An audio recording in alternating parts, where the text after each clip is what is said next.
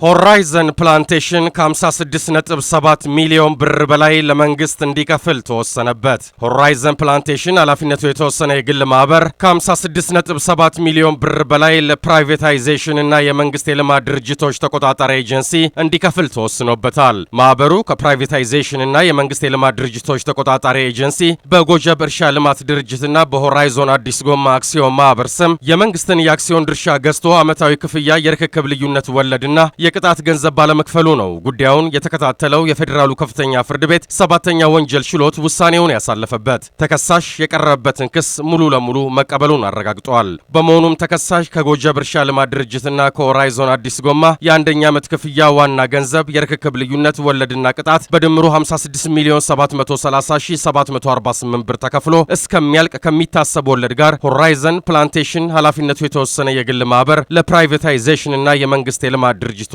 ተቆጣጣሪ ኤጀንሲ እንዲከፍል ተወስኖበታል ሲል ዘገባውን ያደረሰን ፋና ብሮድካስቲንግ ኮርፖሬት ነው።